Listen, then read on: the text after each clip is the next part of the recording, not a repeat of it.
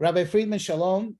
Thank you so much for taking time out of your busy schedule to share your wisdom, your insight with our students, those who go on the classes of the Bnei Noach Academy. And I wanted to pick your brain, if I may, on the topic of Purim. Purim is one of the happiest and, according to the Talmud, one of the most important festivals in the Jewish calendar.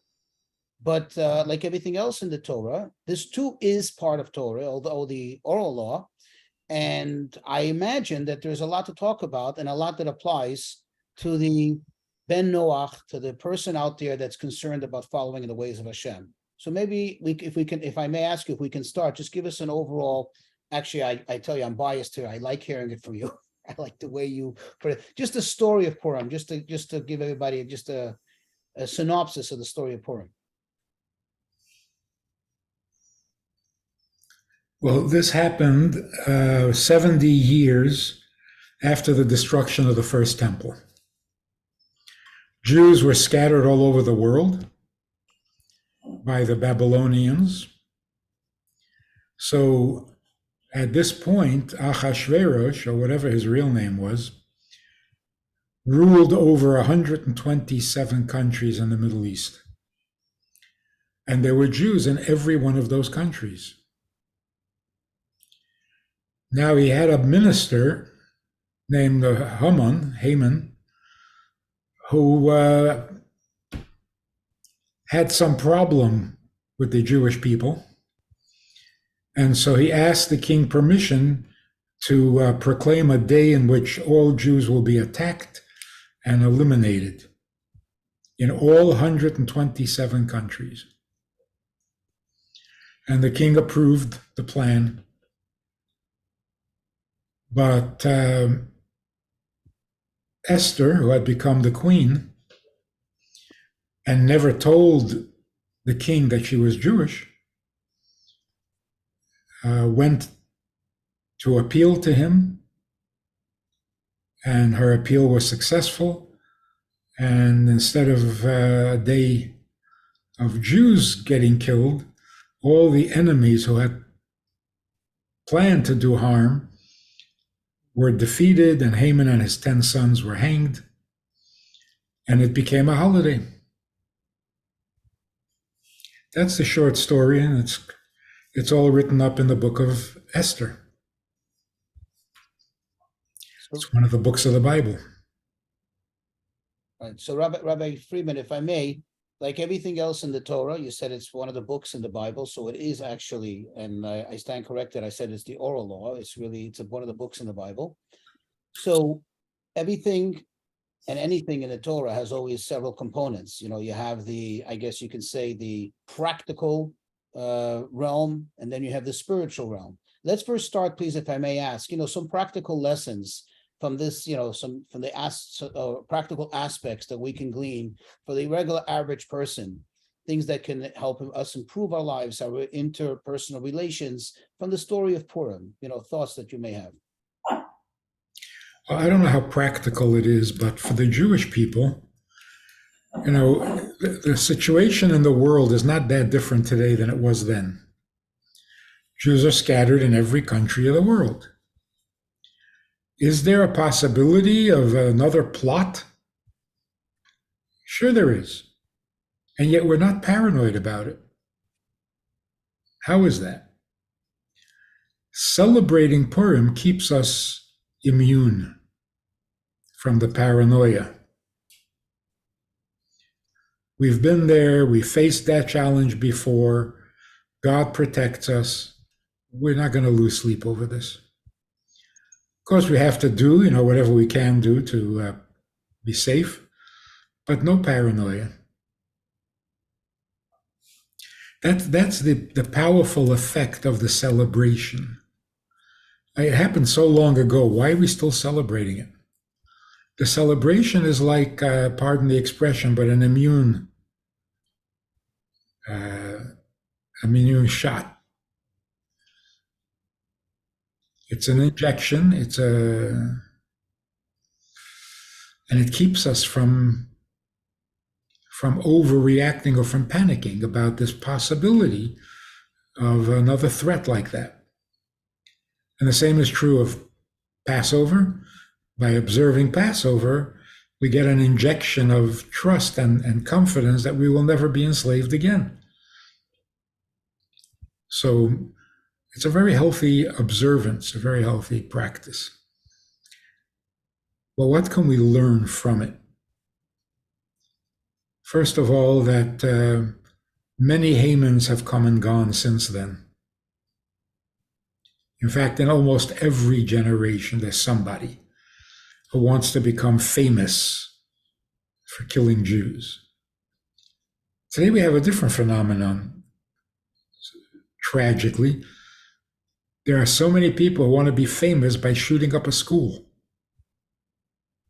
It's a certain fame. It's a certain, I don't know, a sign of greatness or of notoriety if you can shoot up a school. Anyway, that's what it is, I think. You know, your moment of glory. So, interestingly, the sages tell us Haman had this plan where he wanted to harm the Jewish people.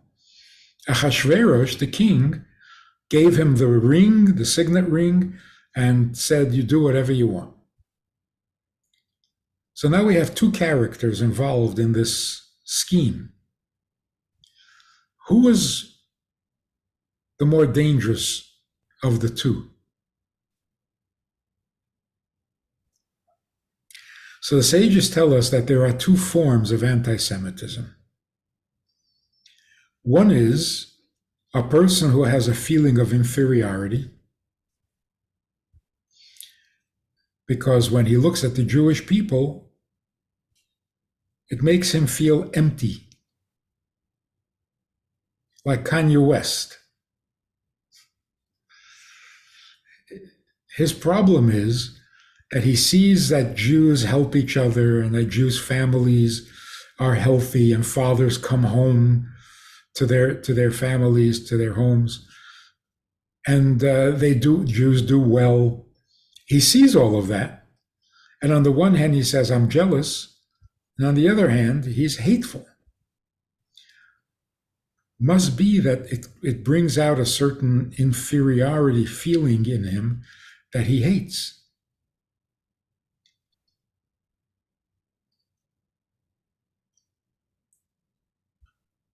But then there's another form of anti-Semitism, which is just pure jealousy.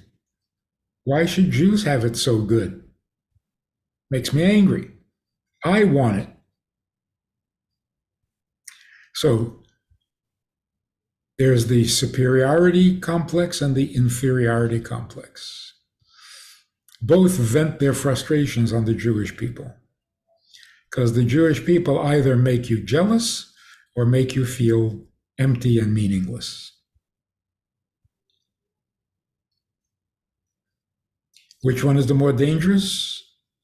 The empty feeling makes you more desperate. And desperation can be very dangerous. So yes, Ahasuerus was perfectly willing to go along with the plan. But then when Esther came along and said, but wait a minute, I'm Jewish too. So you're Jewish? Well, it can't be all that bad. Changes his mind.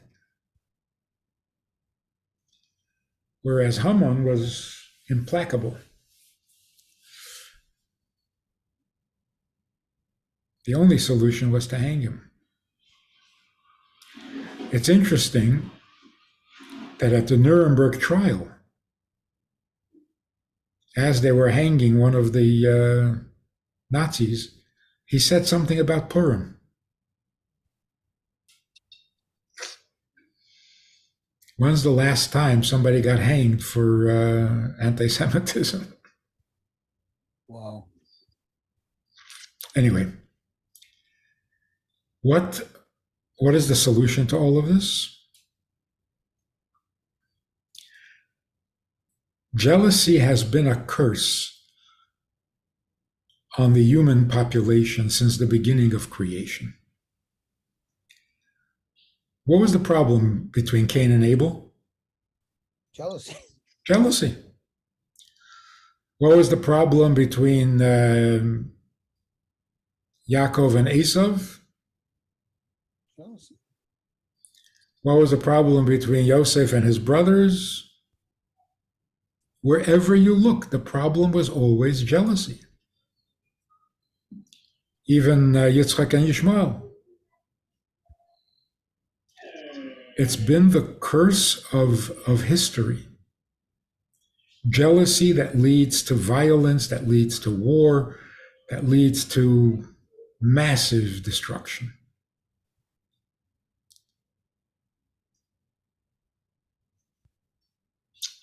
What is the alternative to jealousy? As Albert Einstein had a brother who was not the brightest bulb in the chandelier. I mean, that's hypothetical. Imagine that he had a brother who was not so, and he's jealous.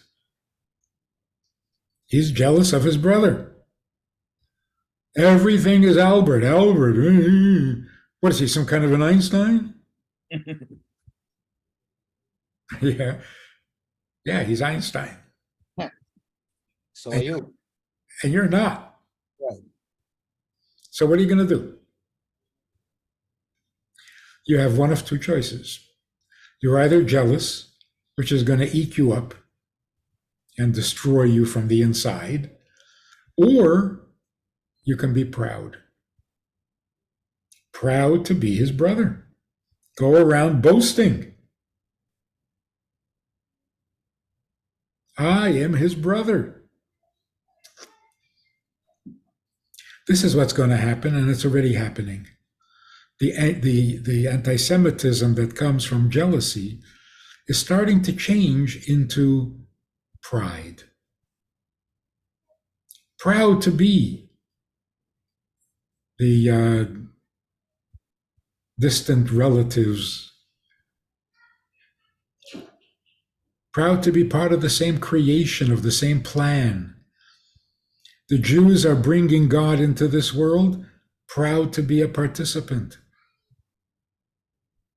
That's the only real solution.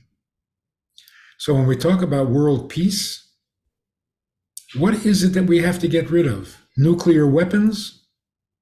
No. There are many ways people can kill each other. And there were plenty of wars before there was a nuclear bomb. In fact, there are fewer now because of it. So what is it? What will it take to make peace on earth? The end of jealousy. Stop being jealous.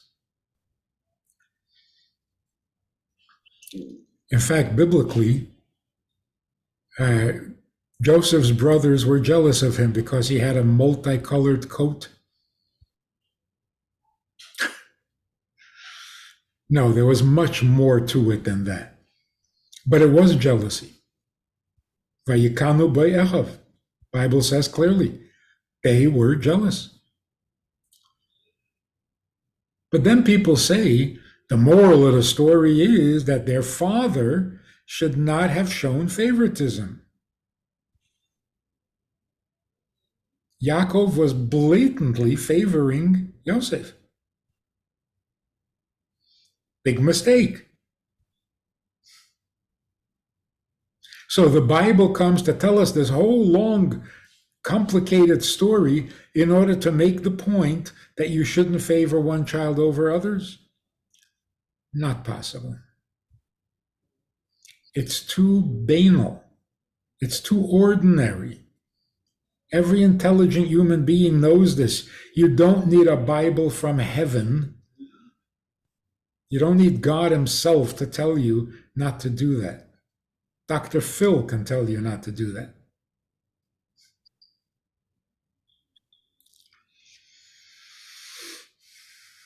In fact, how does the story end? Okay. The brothers are suddenly very proud of Yosef.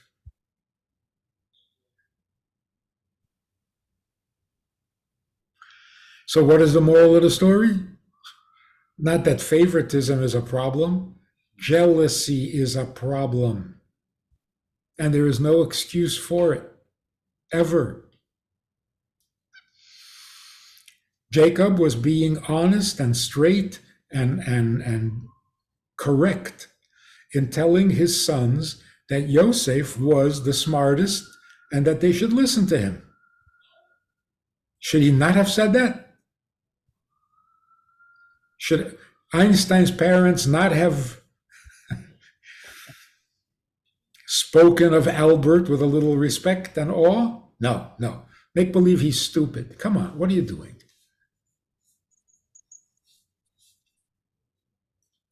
The truth is never the problem. When grown men are jealous, that's a problem. Jealousy has got to go, not truth. So, two things. If Jews are more successful, if Jews are older, if we have outlived everybody and everything, should we deny that and make believe it didn't happen so that nobody would be jealous? That's absurd. On the contrary, we should share our success and share our information and share our knowledge with the rest of the world more than we have. And we have. So both Jew and non-Jew need to learn. Truth is not the problem. Jealousy is. And now finally we're starting to cure, to heal. The jealousy is giving way to pride. Proud to have Jewish friends. Proud to know the Jewish Bible. Why not? It's a great thing. It's the only real solution. Just logically, you see a world at war with itself. Everybody's fighting everybody. What is the solution? Peace. That is so foolish.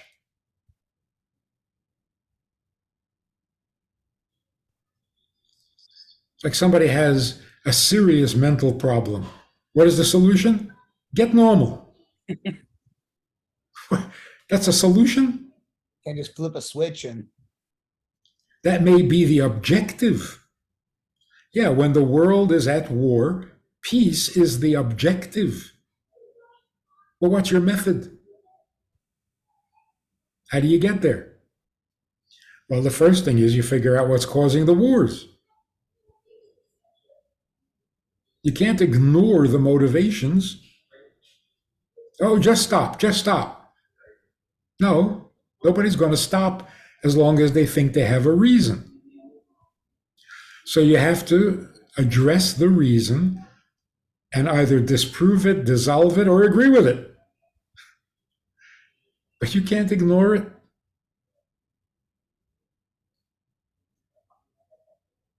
The reason in almost all cases is jealousy.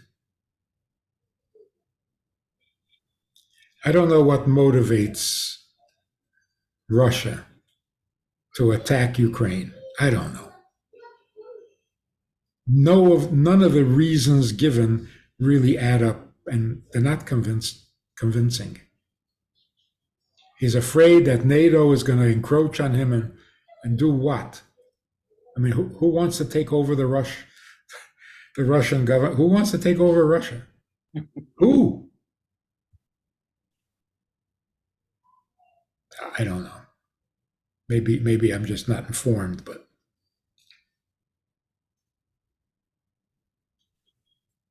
like, who wants to be the governor of Siberia?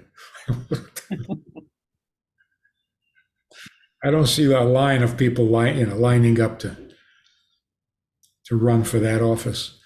But jealousy. Jealousy can make very intelligent people insane. It's a really dangerous toxin. in the human makeup, and it's got to go. So, what do you do with jealousy? So, one smart idea is if everybody would have exactly what everybody else has, no more and no less, then there would be no jealousy. They tried it. Communism, it didn't work out. So that's not a solution. It's not a solution because it has no moral underpinnings. Yeah, if there was nothing to be jealous of, we wouldn't be jealous. What is that, an improvement in the human condition? It's just an avoidance. You're looking for ways of avoiding jealousy. See, Yaakov didn't do that. Yaakov knew that if he favors Yosef, the brothers will be jealous. And he said, well, grow up. I'm not going to avoid, and I'm not going to tell you that Joseph has the right philosophy, because I don't want to make you jealous. That is not a solution. Not an improvement at all. It's just static. Okay, so the moral of the story of Purim, if we really want to apply it to today, there are people today who are hateful because they think they're better than everybody. And then there are people who are hateful because they have this empty feeling and a very low opinion of themselves, which in most cases is perfectly justified.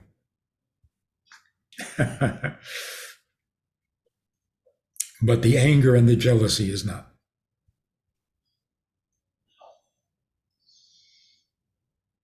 I was very, very proud of the Shluchim, the Rebbe's emissaries.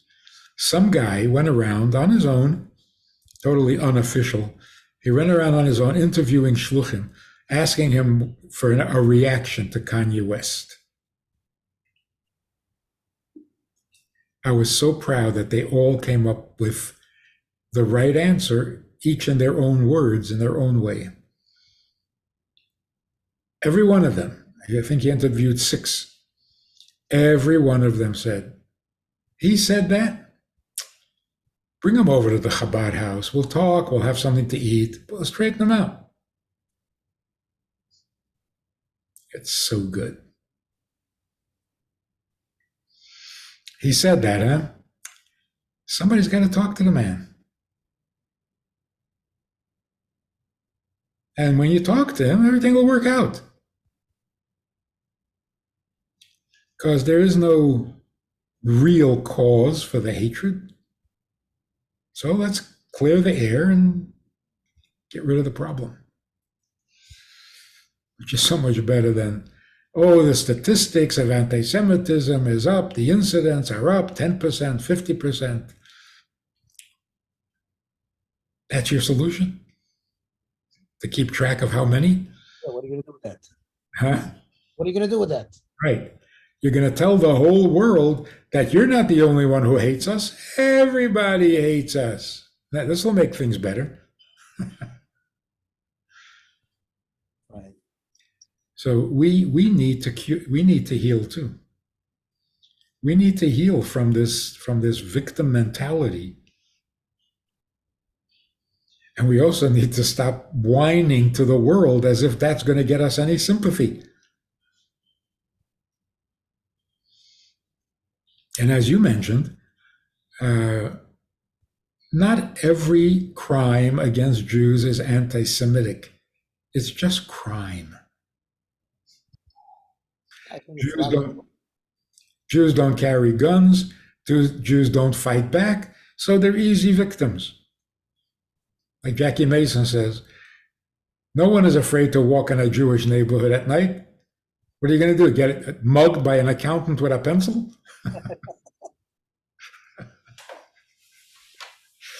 Yeah, true. I mean, it's true, yeah. But I'm saying, you mentioned something about Purim being that immunization, right? And the thought that came to my mind is, of course, we believe in God, and of course, we've seen it. You can't argue with fact. You can't argue with history. It's been repeated itself over and over. But at the same time, I'm just thinking about the skeptic or the guy who thinks he's pragmatic, and perhaps they would label it as a little delusion. Well, look, we're not passive. We're not sitting around saying God will protect us and we don't have to do anything. We have connections with the government, with the police force, with the newspapers. Whatever can be done is being done. Sometimes naively, like thinking that that's going to really solve the problem. Maybe control it a little. But yeah, the authorities have to be held responsible because, like any crime, it has to be stopped. So we're not being naive at all. And we're not saying we're immune, but we're not going to lose sleep over it either. So, Rabbi Friedman, if I may, going back to something you mentioned, you said today we have this phenomena of, people wanting to shoot up a, school and go out, and that being their moment of glory. And it got me thinking, Haman, okay, was it that he was thinking about himself, or like you said, it was maybe his inferiority complex or whatever it is, or superiority complex, or was it that he had a cause that he believed that he was fighting for? In other words, is it an individual or is it like a movement? Is it, I'm going back to the biblical Amalek, who he was a descendant of, and I'm trying to understand which one is it?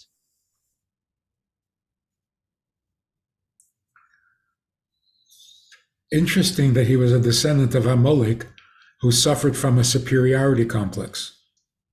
And he got his, he left with his tail between his legs. Amalek. Yeah. Yes.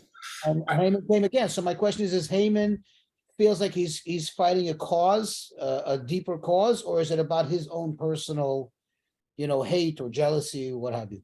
It was definitely personal, but his case was an inferiority complex. So it's two sides of the same coin. Yes. Okay. So you can't say, no, he couldn't be a grandson of Amalek. They had a superiority complex, and he has an inferiority complex. Complexes. It goes one way or the other. Right. It's a complex. Mm-hmm. Okay. So it's really, really so insightful. Haman goes to the king. He has the king's ear. He is the top minister. He is like drunk on power. And you think he has a superiority complex. But then the scroll of Esther, the book of Esther, actually says when he came home, he whined to his wife, Mordechai doesn't bow to me. I can't take it. Wow. Interesting how, if you really want to know somebody, don't look at how he behaves at work or in the palace or in his role of, what does he do when he gets home? Wow. I never thought of that. That was so insightful. Correct. That's where you see what's really going on. And he turns to his wife for advice, and she tells him, build the gallows, don't build the gallows, you're going to win, you're going to lose. Whatever she says, he follows. Mr. Big Shot. So it's so clear. I mean, God himself is telling you. What drove him insane is that Mordechai wouldn't bow to him. Everybody else did. He would have been justified in having a superiority complex. One guy doesn't bow. So what? See, you have to be suffering from an inferiority complex to be bothered by that. Everybody else bowing doesn't prove that I'm important. The one guy who doesn't bow proves that I'm not important. Boy, have you got a complex. Wow.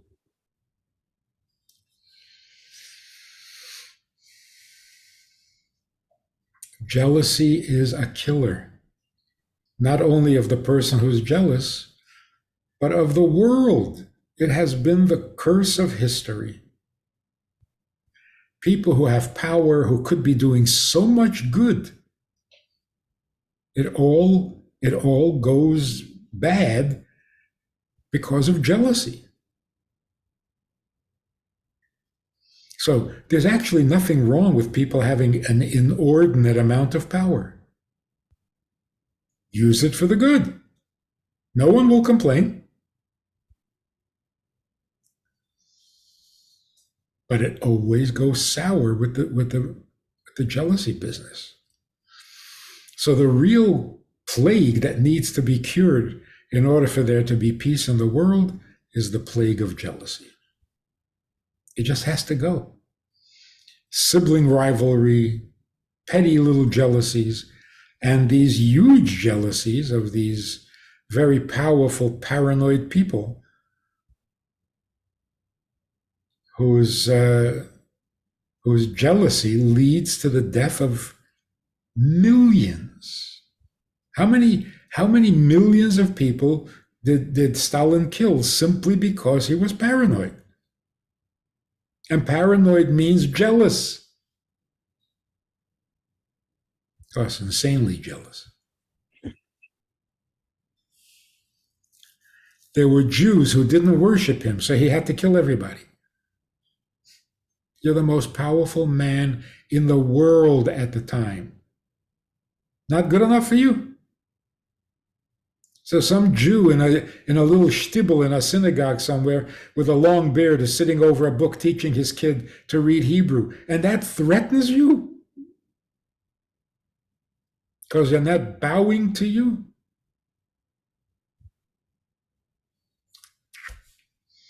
That is very insightful. So, Rabbi, if I may ask you let's bring it down to us regular people, the average person, sometimes we do get a feeling of jealousy. What would be your suggestion, your recommendation, how to take that and channel it to something positive? You mentioned something about having power and using it for good. I mean, it is a source of power, jealousy. It's very powerful. Like you said, it's the most powerful thing. They're sadly very destructive. I know myself, I do get jealous sometimes. What can I do to harness that and channel it to something really good? I think we have a very, very impressive example. The Koreans. In simple language, the Koreans said, why are Jews so smart? Why are they good at business? Because they eat herring. No. And somebody said, it's because of the Talmud. They read the Talmud. It's a very smart book. I said, oh, let's read the Talmud. Get me a Talmud. Let's study the Talmud. If that's the source of their genius, if that's the source of their success, well, let's do it too. Let's actually bring rabbis to teach us.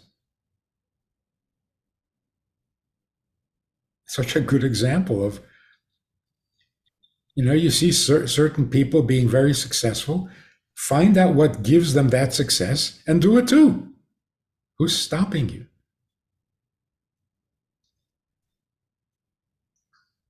That's a very good suggestion. No, I like that.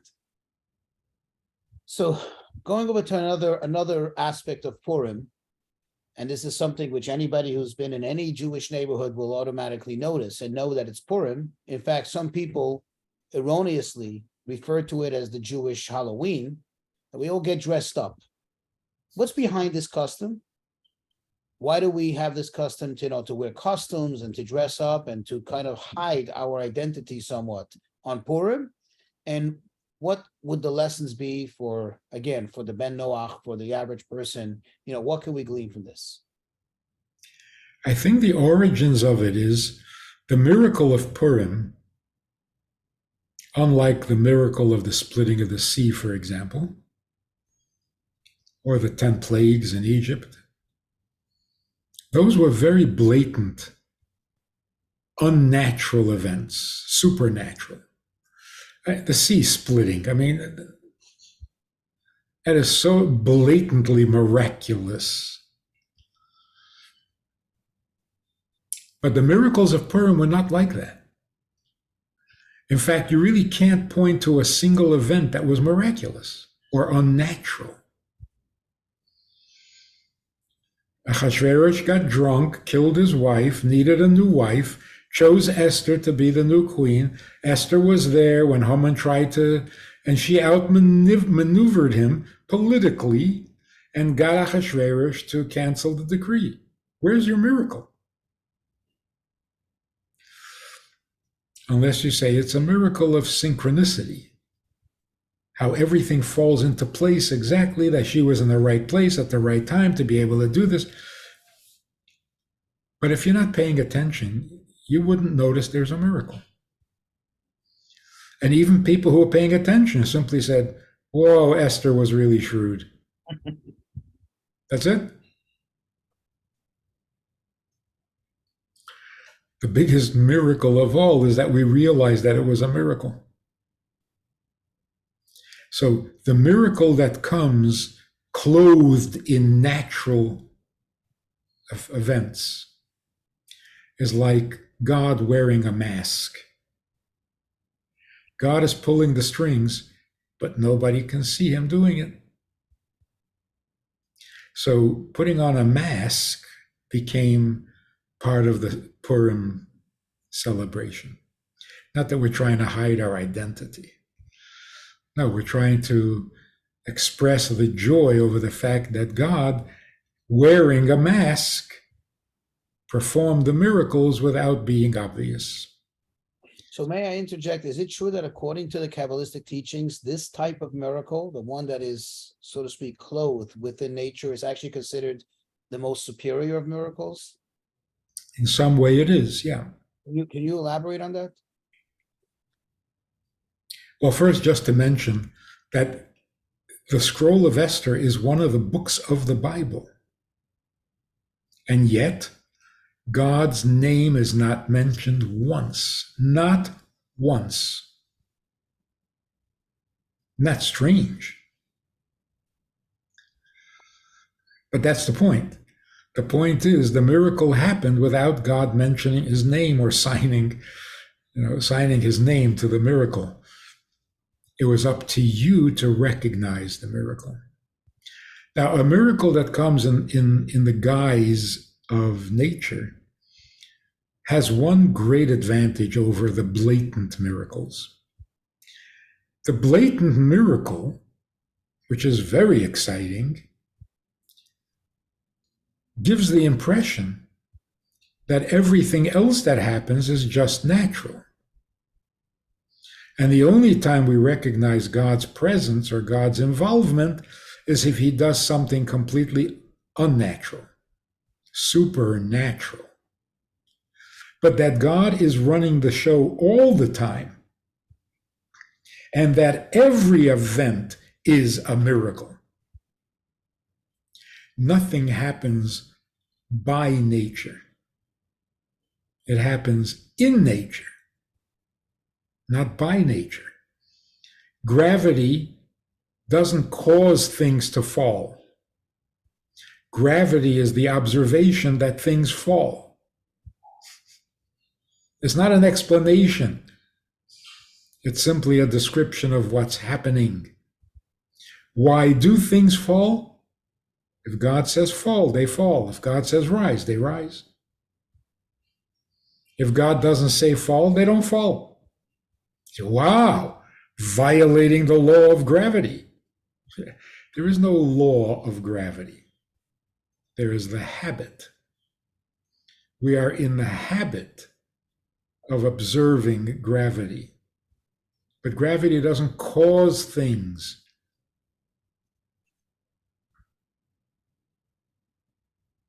That's like saying, why does water run downhill? Oh, because it's fluid. He didn't answer my question. My question is, why is it fluid? I know fluid runs downhill, but why is that? He said, because it's fluid. You're not explaining anything.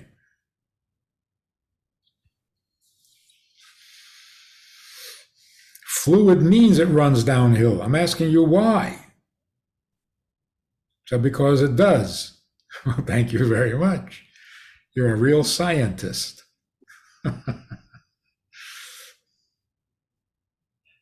So the virtue of the miracle that comes in nature is that it kind of reminds you that everything is a miracle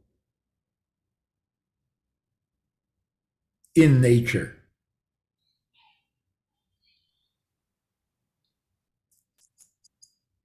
Here's a shocking example. I've got a desk that I'm sitting at, and the camera and the microphone and another microphone and the lamp and the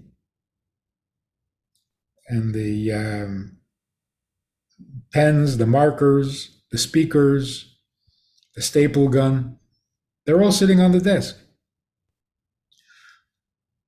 If God were to say, I don't want that desk to exist anymore, and poof, the desk doesn't exist, what would happen to the microphone and to the speakers and to the pens and to the stapler? What would happen? Well, they would fall down, wouldn't they? No.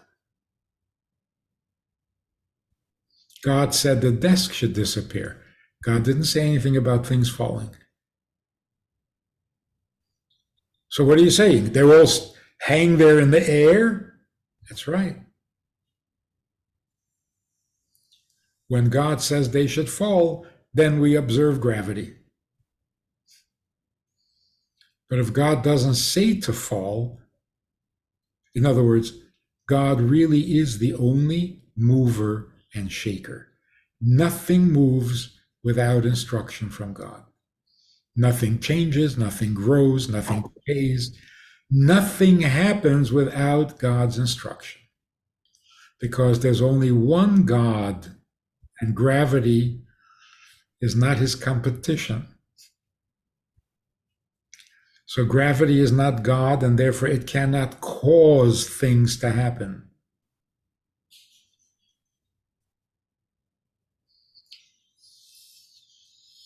That's really messianic. What's going to happen after Mashiach comes? We will realize that every event, every movement, every process is divine intervention, because nothing can happen by itself. And there is no other God. So the devil can't make it happen. Nature can't make things happen. Nature is what happens, not the cause.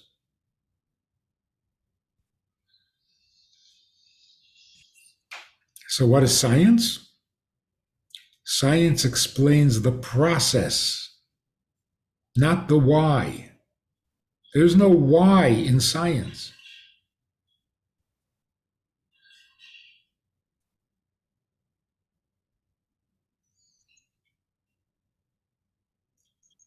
In fact, if you ask the scientist, why is there a planet? He'll tell you that's philosophy, that's not science. I can tell you how, I can't tell you why. So to say, why is there a universe? Because there was a big bang and it resulted in the universe. That's not why.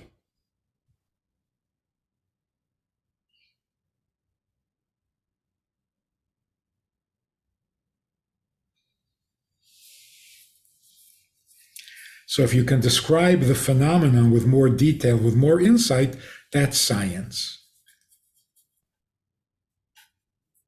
But to know why, you have to ask God.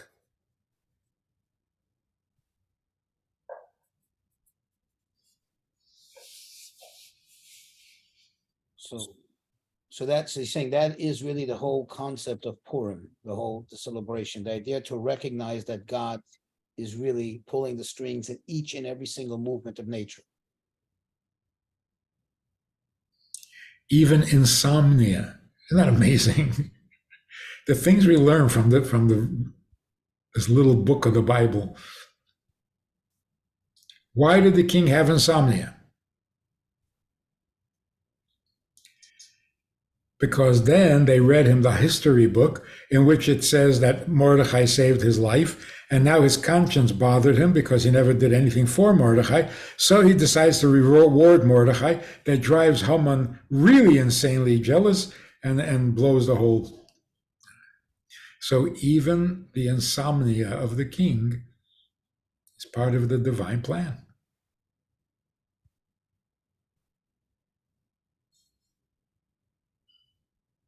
So then how do we explain, let's say, illness and healing, illness and medicine? If it's part of the divine plan, then how are scientists able to combat it, to fight God's plan? Oh, that is the plan.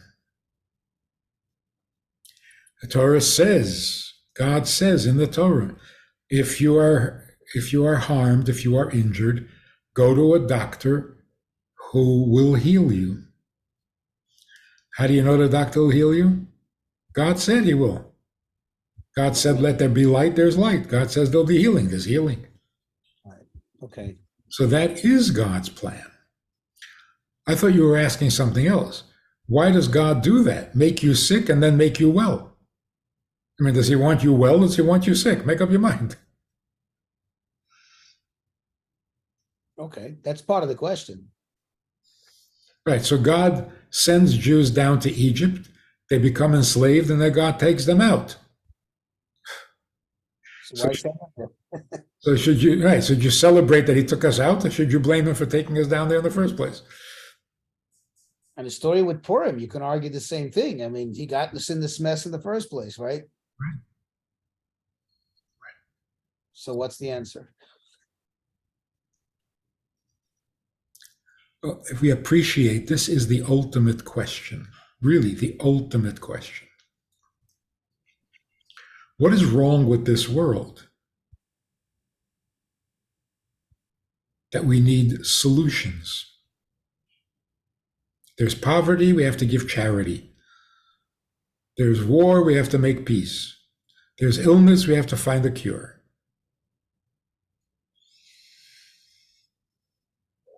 There's temptation, we have to resist. Like, come on, what happened here? The popular opinion is that human beings came and ruined everything with their greediness. Otherwise, nature would be so perfect, the world would be such a perfect, Earth would be such a perfect planet, everything would be great. Well, first of all, scientifically, that is not at all correct or accurate. Things decay, even if there's no human being in the world. Animals in the wild are born with defects, stillborn. Why? Because human beings messed it up? Wildfires begin and destroy acres and acres of beautiful fields, trees, flowers. What started it? Lightning. No human hand was involved. So don't tell me science or nature is perfect. Nature is not perfect. Nature is quite cruel. Animals eat animals.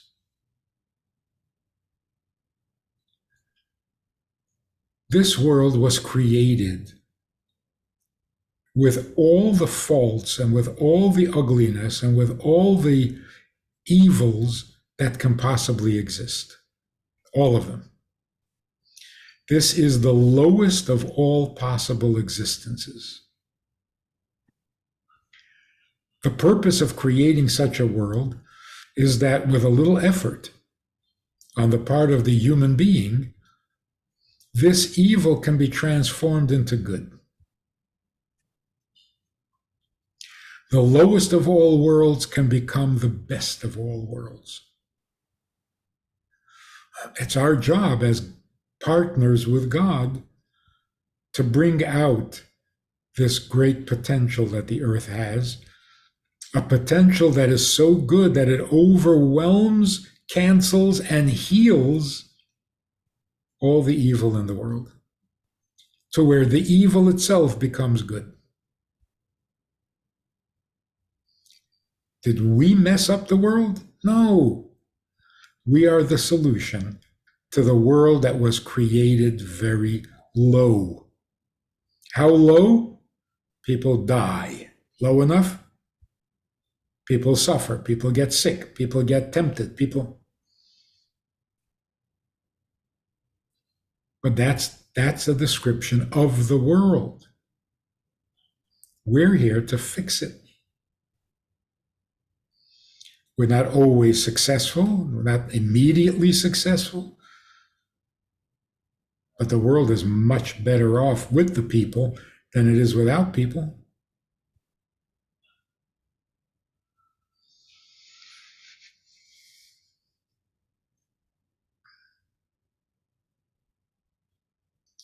How far have we gotten? Well, we don't live in caves anymore. Life expectancy is more than 30 years. Hunger, starvation, malnutrition, less than half of what it used to be. Wars, very unpopular. Very unpopular. If Putin wins the war, will that make him a hero? Will he go down in history as a hero? No, not at all. Nobody's impressed anymore. It used to be you win a war, you're on top of the world. The envy of everyone. Nobody is going to honor him for winning the war. Nobody is going to respect him for it. Nobody is going to even compliment him. But if he made peace, he could go down in history as one of the great leaders, certainly of the 21st century, maybe of all of history. So have we changed? Has the world gotten better? Much, much better. Much better. What we're still plagued by? Jealousy. Jealousy. We're actually not as racist as we used to be, but we're still jealous.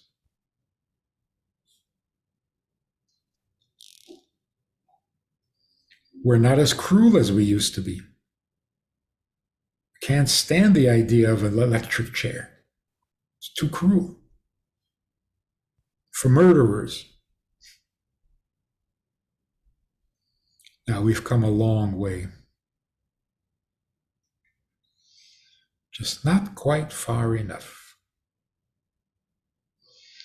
So we still have a little work to do. You know, Rabbi, I was thinking, it's, I guess what the concept of Purim, the way you portrayed it, the idea of jealousy. And the thought came to my mind, and I don't have the authority to, conclusively say this is what it is. But, the major observances, that is the commandments we fulfill, the precepts we fulfill on Purim is to share gifts of food with friends, to give to the poor, to celebrate together. Would you say perhaps that is on a deeper level, the antidote to this problem, which was the core, which was the root of the whole issue of Purim? For one giving to another. Would there be a connection in that? Well, the first thing that it reflects is that the miracle was the physical survival of our bodies. Haman didn't have a philosophy that he was trying to impose. This wasn't communism. He just wanted to kill. But he didn't kill, so how do we celebrate? By feeding the body, because it's the body that survived. The body was threatened, the body survived. Hanukkah, on the other hand, we celebrate by lighting candles. Why? Because it was more of an ideological war. and our beliefs and our values survived. Well, that's more like the light of a candle than a big meal with a lot of drinking. So we celebrate the miracle appropriately. But there is something to what you're saying. No, it just got me thinking. I didn't see it anywhere. I didn't hear it before, but as you were saying, it makes more and more sense about not just celebrating myself and building up myself, but making sure that someone else has. And that is the antidote to the, I guess, built-in human, I guess, predisposition for jealousy, I guess, if I may, even, religious people. That's what triggered me to ask you, what you would think about that, if you can elaborate on that. Yeah. Sending food gifts that is so neighborly.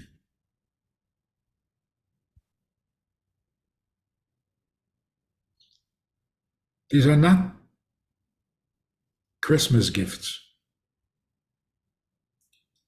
It's just food.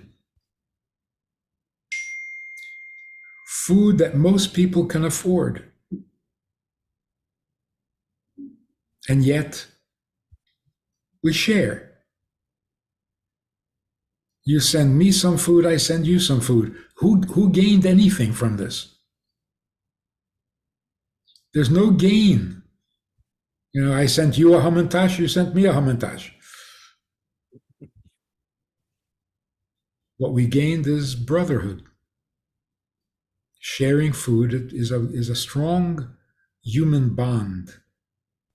Much more than if I bought you an expensive wristwatch. First of all, not everybody can afford to buy an expensive wristwatch. Secondly, not everyone should be walking around with an expensive wristwatch. Like you don't have money to polish your shoes, but you got a very expensive wristwatch. That's absurd. So that would not be the same neighborliness as sharing food. Of course, there are those who don't have, but that's the charity, the other mitzvah.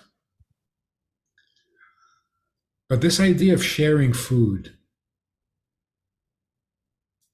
wouldn't it be nice if we did this more often than just once a year? And we do, of course, we do.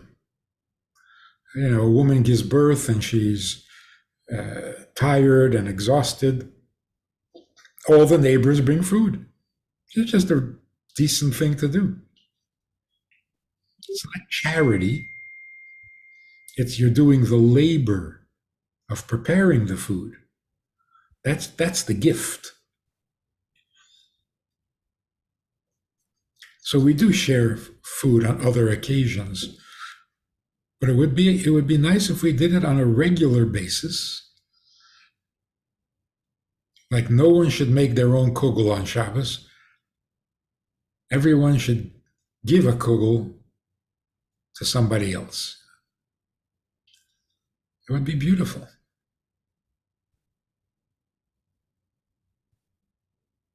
What's a kugel in English?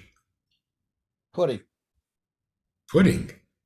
No, pudding. No, I guess that's what I don't know. You tell me. That's what they call. I mean, kugel means round, but that's not.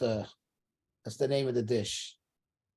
Whoever's listening, it's a good dish. It tastes good, but I'm not responsible for the calories. So, so Rabbi Friedman. I mean, just to summarize the whole thing. So we said it's about jealousy. And, we did the whole Megillah, I guess, or at least part of it, as the expression goes. What would you, to summarize, what would be your message, the Purim message for the average good, decent person out there?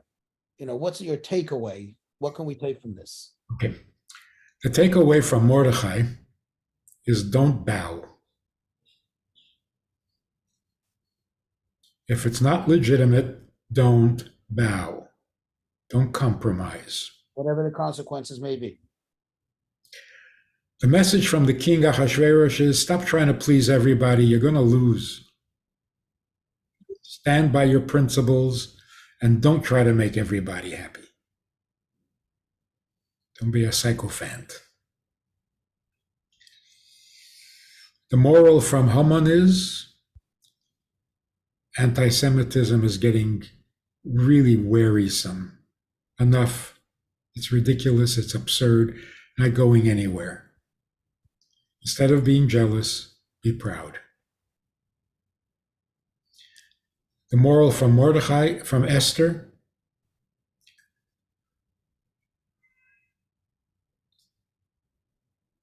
Really powerful message here. She risked her life going to the king to plead for her people. Literally risked her life. Why did she do it? No one else risked their life in this whole story. She did. Why did she do it? Well, to save her people. Not really. Mordechai made it very clear to her that Jews will survive somehow with or without your help. He said that out explicitly. He said, Jews are going to be fine. We're here to stay. Then why did she risk her life? She risked her life because what was the reason for her becoming queen? It was a strange thing. She was 65, competing with much younger women. I don't know if she was competing. She certainly didn't want any part of it. And yet she was chosen? That makes sense.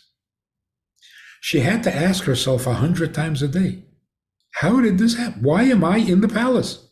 I don't want to be here. I don't belong here. There's no logical explanation for how I got to be the queen.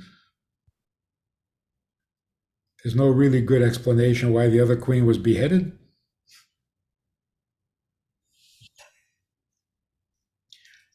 So the reason she risked her life is because this may very well be the entire purpose of all the events that led up to this that put her in that position. And to not fulfill the purpose for which your soul came into this world, you should risk your life for that. Wow. What an amazing message. I think that's the biggest message of Purim. Like anyone would say, well, to save the whole nation, of course you got to risk. Anybody would do that.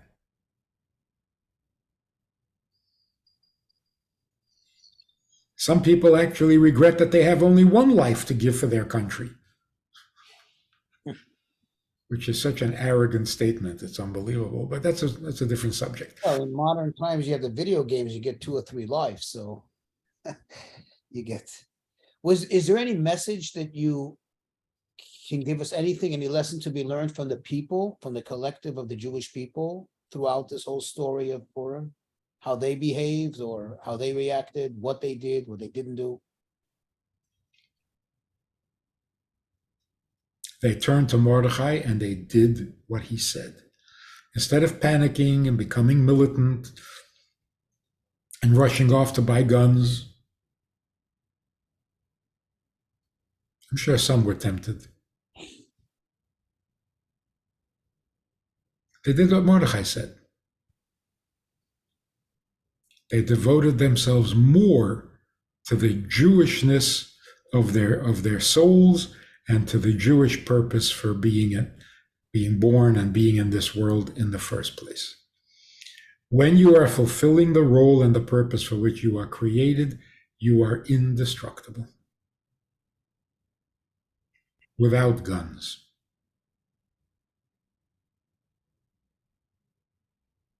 Wow. So you're saying is, stick to your convictions, stick to who you are. Don't let any threat deter you. Yeah, it's like the doctor in the time of plague doesn't get the plague. Right. Why is that? He's exposed to it constantly. He doesn't get the plague. because he is living out the purpose for which he exists. Whenever you do that, you are immune. Hello? Mm.